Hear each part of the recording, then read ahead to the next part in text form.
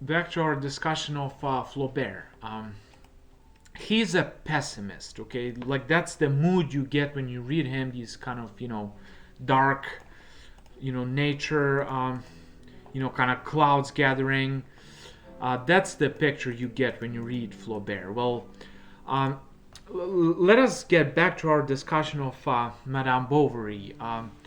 This book is about a young lady named Madame Bovary, and she reads, these romance novels as a little girl, and she kind of, becomes fantasizing. She, believes in true love and, beautiful things in life, and she goes from one disappointment to the next, and she marries a doctor, and soon enough she gets bored with him, and then she gets an affair.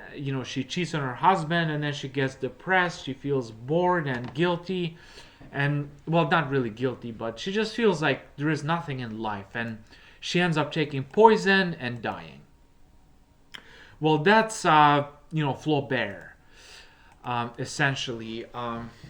This pretty gloomy writer. So you might have a question. Well, why do I want to read this?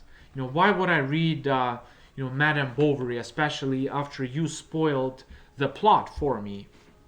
Well, you should read it mainly for his incredible, super well crafted language. Okay, Flaubert was, really, really talented linguistically.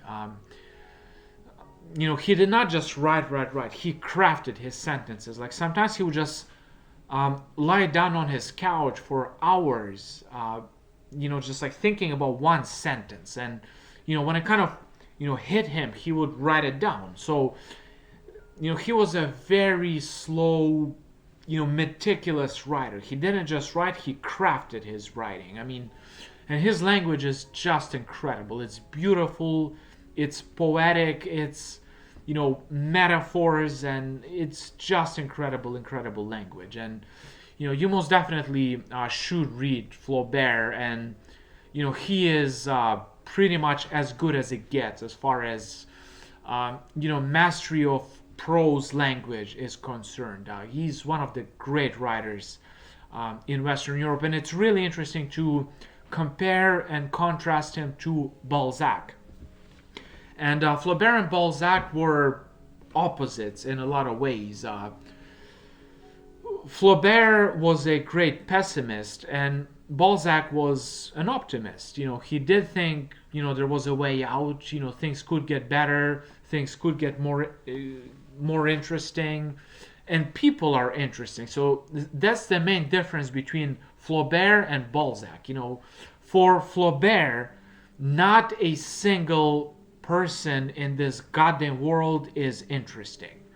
And for Balzac, it's the opposite. Like, for Balzac, there is not a single person in this world who is boring. Like, for him, everybody is interesting. Like, this guy, he, wants to start a business, and he wants to loan money, and, the town mayor allows him to do this, but, he doesn't allow him to do that, so he comes up with this plan. So for Balzac, people are an inexhaustible source of fascination, and for Flaubert, they're just boring.